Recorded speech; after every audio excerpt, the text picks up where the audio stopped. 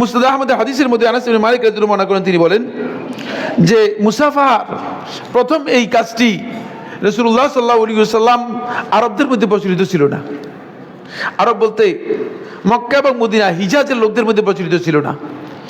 হিজাজ ছাড়াও আরব রয়েছে, ইয়ামানের লোকের আরব ছিল, তেহামার লোকের আরব ছিল, হিজাজের বাইরে নজদের লোকের আরব ছিল। এরা কিন্তু মানে হিজাজের বাইরের লোক।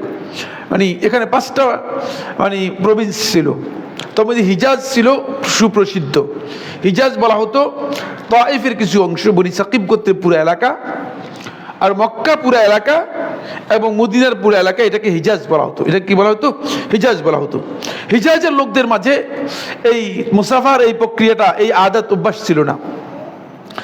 আনাস ইবনে মালিক রাদিয়াল্লাহু আনহু বর্ণনা করেন, তিনি বলেন সর্বপ্রথম যখন ইয়ামানের লোকেরা রাসূলুল্লাহ সাল্লাল্লাহু আলাইহি ওয়াসাল্লামের কাছে আসলেন, তখন ইয়ামানের লোকেরাই সর্বপ্রথম আল্লাহ নবী সাল্লাল্লাহু আলাইহি ওয়াসাল্লামের কাছে আসার পরে ইয়ামানের লোকেরাই এই মুসাফাটাকে তারা আল্লাহ রাসূল সাল্লাল্লাহু আলাইহি ওয়াসাল্লামের কাছে নিয়ে আসেন এবং মুসাফাটা সেখান থেকেই সূত্র হয়। মানে ইয়ামানের লোকদের মধ্যে এটা প্রচলিত ছিল, এটা আদত হিসেবে, অভ্যাস হিসেবে ইয়ামানের লোকদের মধ্যে প্রচলিত ছিল।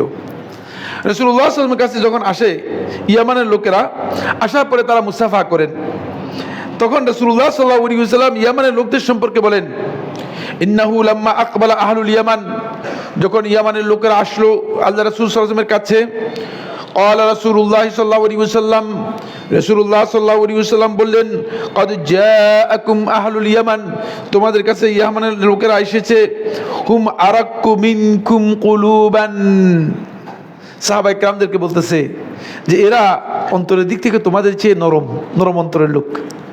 প্রশংসা করছেন, দেখছেন? আপনি যদি মানে আমি যদি এখন আপনাদেরকে বলি যে আপনাদের চেয়ে ওই লোকগুলো ভালো, তা আপনি বলুন যে ভাই কি করতেছেন এগুলা? আল্লাহ রাসূল সাল্লাল্লাহু আলাইহি ওয়াসাল্লাম যেটা হক, যেটা সত্য, সাহাবায়ে কেরামদেরকে ক্লিয়ার করে দিচ্ছেন, যাতে সাহাবায়ে কেরাম মানে বুঝতে পারেন এবং গ্রহণ করতে পারেন, বুঝতে পারে এবং গ্রহণ করতে পারেন।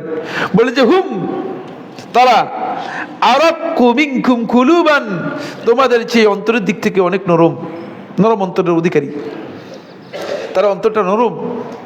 আল্লাহ রাসূল সাল্লাল্লাহু আলাইহি ওয়াসাল্লাম তাদের প্রশংসা করলেন এবং বললেন, তারপর আনাস ইবনে মালিক রাদিয়াল্লাহু বললেন যে আল্লাহ রাসূল সাল্লাল্লাহু আলাইহি ওয়াসাল্লাম তাদের এই নরম অন্তরের জিনিসটা কিভাবে ডিফাইন করলেন, কিভাবে ডিফাইন করলেন। আল্লাহ রাসূল সাল্লাল্লাহু আলাইহি ওয়াসাল্লামের সাথে সাক্ষাৎ হওয়ার পরে শুধুমাত্র সাক্ষাৎটাকে যথেষ্ট মনে করলেন না, তারা সবাই রাসূলুল্লাহ সাল্লাল্লাহু আলাইহি ওয়াসাল্লামের মুসাফা করলেন। ওই যে এই সাক্ষাৎটাকে যে আপনি মুসাফার মাধ্যমে শক্তিশালী করেছেন, এটাই আল্লাহ রাসূল সাল্লাল্লাহু আলাইহি ওয়াসাল্লাম তাদের অন্তরের মানে নরম হওয়ার, অন্তর তাদের যে নরম এবং অনেক বেশি নরম, এর দলিল হিসেবে রাসূলুল্লাহ সাল্লাল্লাহু আলাইহি ওয়াসাল্লাম পেশ করেছেন। ফলে আনাস ইবনে মালিক রাদিয়াল্লাহু বর্ণনা করেন, তিনি বলেন, ওহুম আউয়ালু মান জাআ বিল মুসাফাহা, তারাই সর্বপ্রথম যারা আল্লাহ রাসূল সাল্লাল্লাহু আলাইহি ওয়াসাল্লামের কাছে মুসাফাটা নিয়ে আসছে। এসে সবাই এসে রাসূল সাল্লাল্লাহু আলাইহি ওয়াসাল্লাম মুসাফা করেছে। রাসূল দেখলেন যে কিরে, সাহাবায়ে কেরামদের মাঝে এটা ছিল না। রাসূল সাল্লাল্লাহু আলাইহি ওয়াসাল্লাম তখন তাদেরকে একটি ঘোষণা দিলেন। সুতরাং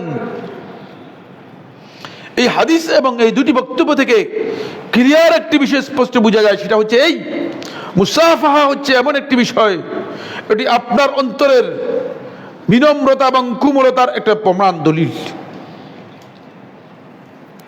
আপনি কোন একজন ব্যক্তির প্রতি আপনার অন্তরটা কতটুকু কোমল সেটা আপনি দেখবেন, এটা দলিল।